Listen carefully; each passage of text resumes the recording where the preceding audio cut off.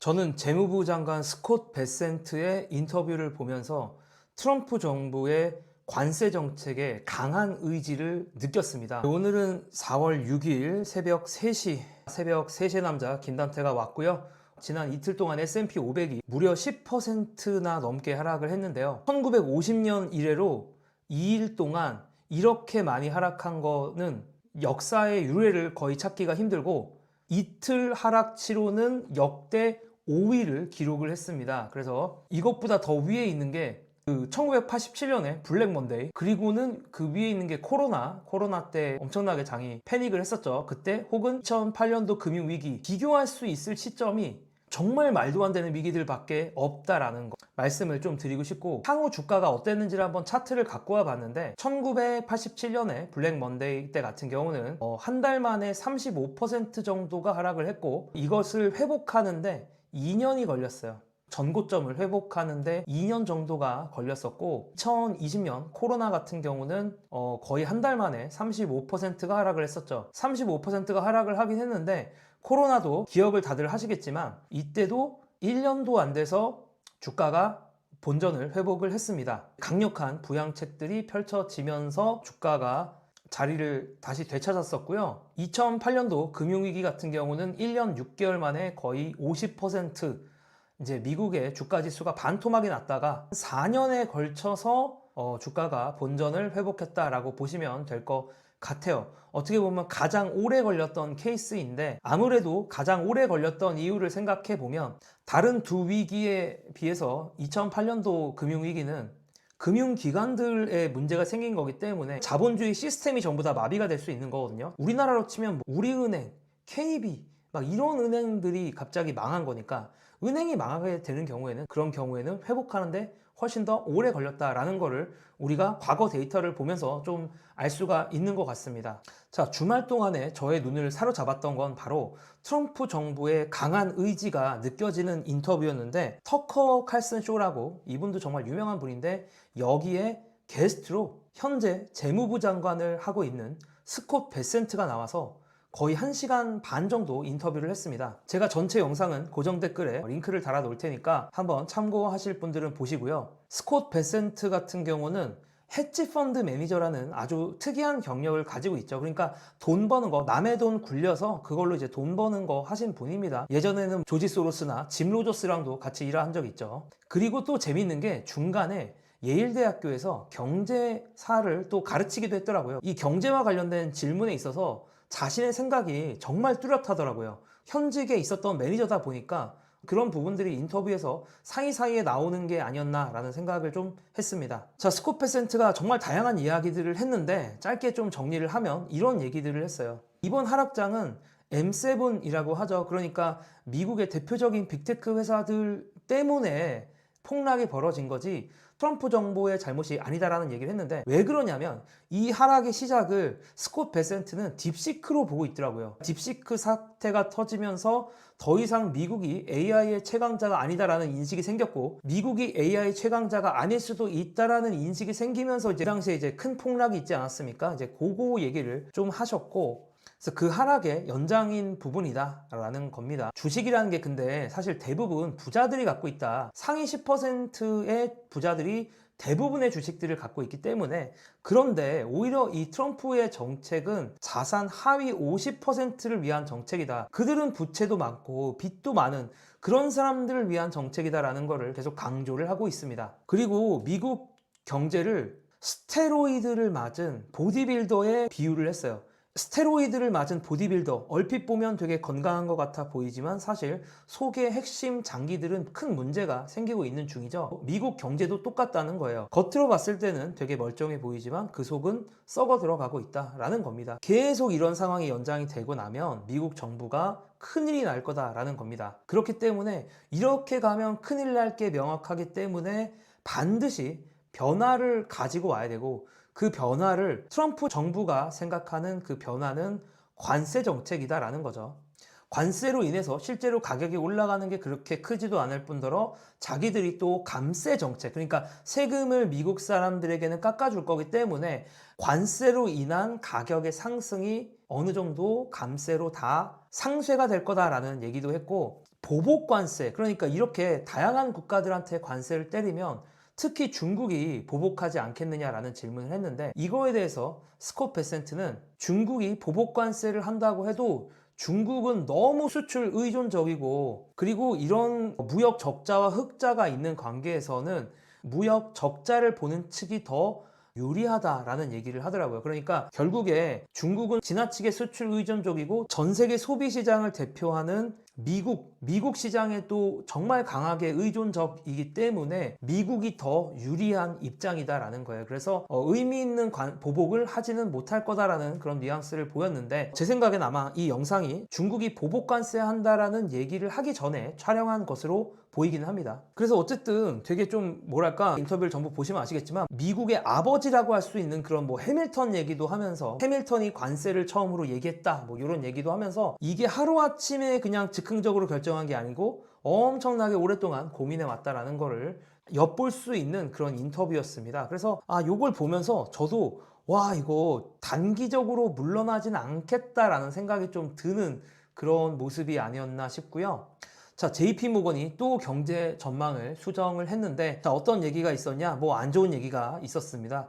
결론만 얘기하면 미국의 실질 GDP 올해 감소할 것이다, 이렇게 얘기를 했어요. 원래는 1.3% 상승한다라고 전망을 하고 있었는데 이제는 0.3% 감소한다라고 본다고 얘기를 했고요. 실업률도 5.3%까지 상승할 것이고, 코어 PC 인플레이션이 4.4%로 상향 조정됐다라고 얘기를 했습니다. 그러니까 스태그플레이션이죠. 쉽게 말하면 경제 성장은 못할 거고 물가도 올라가는 그런 상황이 이루어질 거다라는 게 JP모건의 전망이고, 자, 금리 인하는 아마 이것 때문에 6월쯤에 시작을 할 것이고, 매번 FOMC라고 해서 금리를 결정하는 회의에서 아마 내년 1월까지는 매번 이 회의할 때마다 금리 인하를 해서 기준금리를 이제 3%대까지도 내릴 것이다 라고 보고 있습니다. 그래서 스태그플레이션이라고 하죠. 경기는 침체인데 물가는 높아지는 그런 방향으로 간다라고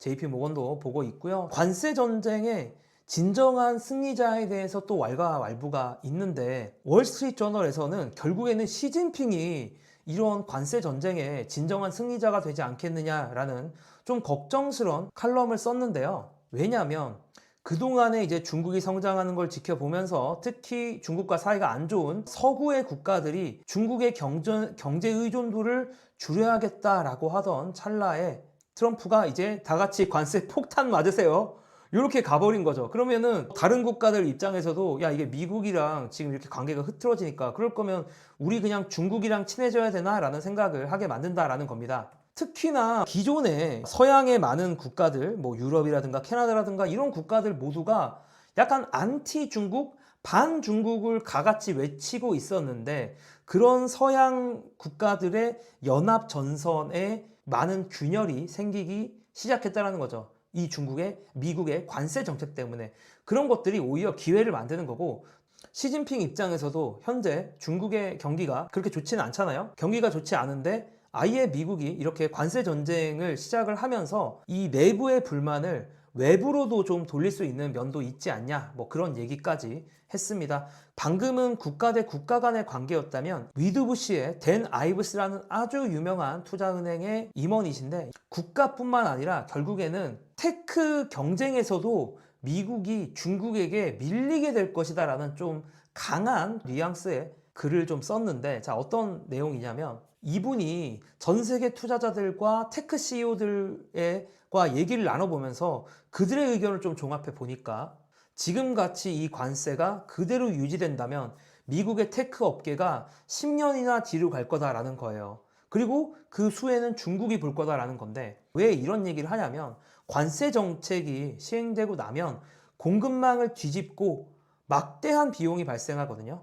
그리고 그 막대한 비용과 불확실성으로 인해서 자본 지출을 이연하게 되는데, 여기서 자본 지출을 이연한다는 건 원래 내가 공장을, 예를 들어서 뭐 미국의 테크 기업이 공장을 대만에다가 만들려고 했는데, 아니면 뭐 중국에다가 만들려고 했는데, 지금 이렇게 트럼프가 관세와 관련된 것들을 압박을 넣으니까 테크 업계가 우리 공장 어디다 만들지? 아니면은 지금 너무 불확실하니까 돈 쓰지 말아야겠다 그런 분위기로 가고 있다라는 거죠. 그러면 이렇게 막대한 비용, 공장을 실제로 이전하면 막대한 비용이 들고 아니면 돈을 안 쓰면서 미국의 기술 혁신을 둔화시킬 거다라는 거예요. 그리고 만약에 그들이 결국에 어디 공장을 지을까? 미국의 공장을 짓는다라고 결정을 하더라도 미국의 공장을 짓는 것 자체도 4에서 5년 정도 걸리고, 미국의 공장을 지어서 뭔가 이제 돌리려고 하면은 사실 미국의 노동력이나 비용 구조가 사실 얼마나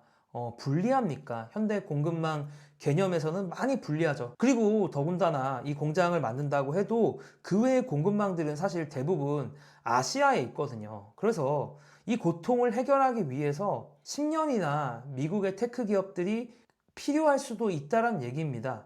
자, 이렇게 미국 테크 기업이 관세와 관련돼서 혼란을 느끼면서 중국의 테크 기업들과 글로벌 시장에서 경쟁하기가 어려워질 거다라는 얘기고요. 그래서 투자자들도 이 문제를 알아차리고 있기 때문에 주식시장이 타격을 받는다라는 얘기를 했습니다. 자, 그리고 제가 또 두려운 거, 자꾸 걱정되는 얘기만 해서 좀 그런데 마지막에 희망의 얘기도 할 건데, 어쨌든 지금은 또 걱정되는 얘기 중에 하나는 뭐냐면 이 관세 위기가 금융 위기로 번질 수도 있다라는 얘기예요. 요즘에 보니까 데일리 메일에서도 그렇고, 자, 그리고 파이낸셜 타임스에도 비슷한 기사가 올라왔는데, 최근에 헤지펀드들이 보통은 레버리지를 껴서 투자하는 경우도 되게 많거든요. 그러니까 돈을 빌려서 주식담보대출을 받아서, 내가 갖고 있는 주식이 있는데 이 주식을 담보로 대출을 받아서 그 대출금으로 또 주식을 투자를 하는 그런 식으로 운영되는 헤지펀드들이 있는데, 최근에 전례 없는 폭락으로 마진콜에 직면하고 있다고 합니다. 자, 이 마진콜이라는 게 뭐냐면, 제가 원래 주식을 갖고 있는데 이 주식을 담보로 돈을 빌리고 다시 투자를 했잖아요. 근데 내가 갖고 있는 이 담보물의 가치가 주식 폭락으로 인해서 하락을 했으니까 이 담보를 위한 추가 자금을 요청을 하는데, 그걸 마진콜이라고 부르고요. 쉽게 말하면 어쨌든 담보대출 썼다가 이 담보 가치가 하락하면서 너네 이거 돈 오늘까지 입금 안 하면 너네가 갖고 있는 거 전부 다 팔 거야, 뭐 이런 거죠. 이런 협박 전화를 일종의 뭐 마진콜이라고 하는데, 이게 2020년에 사실 되게 많았잖아요. 왜냐면 2020년에 코로나 때문에 폭락이 있었으니까 이제 그때 마진콜이 진짜 많았는데, 그때와 비슷한 정도로 마진콜이 발생한다라는 겁니다. 가장 놀라웠던 거는 이런 부분이었어요. 가장 전통적인 안전자산, 이렇게 혼란스러울 때 사람들이 가장 생각나는 안전자산은 사실 금이잖아요. 근데 이 금마저 금요일날 2.9%를 하락했는데, 이게 오히려 또 엄청난 의미가 있다라는 거예요. 왜냐하면 이 금이 마진콜을 충족시키기 위해서 사용이 된다라는 거예요. 그러니까 어떤 헤지펀드가 주식을 담보로 대출을 해서 돈을 빌려서 투자를 하고 있었는데, 이 헤지펀드가 갖고 있던 담보자산의 가치가 하락하면서 마진콜을 받았는데, 이 헤지펀드가 현재 갖고 있는 돈이 없다 보니까, 캐시가 없다 보니까 이 담보 요건을 충족시키기 위해서 원래 본인이 보유하고 있던 금, 심지어 위기에 강한 이 금을, 돈이 워낙 없다 보니까 어쩔 수 없이 이 금을 팔아서 부족한 유동성 문제를 해결하려고 하는 상황이다라는 거죠. 걱정을 많이 할 수밖에 없는 그런 상황인 것 같습니다. 사실 코로나 때도 금이 좀 하락을 했었거든요. 그때도 좀 비슷한 상황이라고 보시면 되는데, 유동성이 필요하면 모든 유동성이 있는 자산들은 다 파는 그런 상황으로 이어지는데, 지금 그런 상황이 아니냐라는 그런 분석이 나온 거고요. 자, 그래서 저는 이 부분이 가장 걱정인 이유가, 주식들이 이렇게 단기적으로 폭락하고 마진콜을 받다 보면 이런 헤지펀드들과 거래하던 은행들도 망할 수가 있거든요. 근데 이런 미국의 은행이 망한다라고 했을 때는 이건 정말 다른 차원의 리스크로 넘어갑니다. 그냥 정책적인 리스크, 정치적인 리스크로 넘어가는 게 아니라 이 금융 시스템 자체가 뒤흔들릴 수도 있는, 마치 2008년과 같은 위기로도 넘어간다는 건데, 그런 일은 제발 좀 없었으면 좋겠고요. 어쨌든 너무 단기적으로 폭락을 하다 보니까 이런 얘기가 나오는 거죠. 그래도 희망으로 한번 끝내보도록 하겠습니다. 뭐 공포지수가 이렇게 45.3, 이번 주가 45.3으로 끝났다라고 하는데, 이 공포지수라는 거는 그냥 뭐 쉽게 말해서 시장이 공포에 찼을 때 급등하는 지수라고 생각을 하시면 됩니다. 옵션 가격에서 이제 뭐 갖고 오는 지수긴 한데, 어쨌든 요게 이제 이렇게 시장의 공포에 질렸을 때 1년 뒤에 2년 뒤에 3년 뒤에 어떤 일이 일어나는 걸 봤더니 시장의 공포가 이 정도로 질렸으면 1년 뒤에 주가 다 상승했죠. 2년 뒤에도 주가가 상승했고 3년 뒤에도 주가가 상승했습니다. 이렇게 시장이 공포에 질렸을 때 매수를 하는 경우에는 꽤 좋은 결과를 얻었다라고 볼 수가 있겠죠. 뭐 굳이 말하자면 이제 이런 게 희망의 이야기이기는 한 것 같아요. 그리고 사실 가장 먼저 보여드리기도 했지만 이렇게 S&P 500이 2일 동안 엄청나게 큰 폭으로 하락을 했을 때 그때 S&P 500을 매수를 하면 1년 뒤에도 그렇고 3년 뒤에도 그렇고 5년 뒤에도 그렇고 거의 모든 경우에 수익이 났었죠. 그래서 오히려 너무 크게 폭락했을 때는 오히려 기회일 수도 있지 않나 라는 생각도 조금 들게 하는 그런 차트였습니다. 자, 저는 또 관세와 관련된 것, 그에 대한 주식시장의 반응 또 모아 다음 영상으로 돌아오도록 하겠습니다. 감사합니다.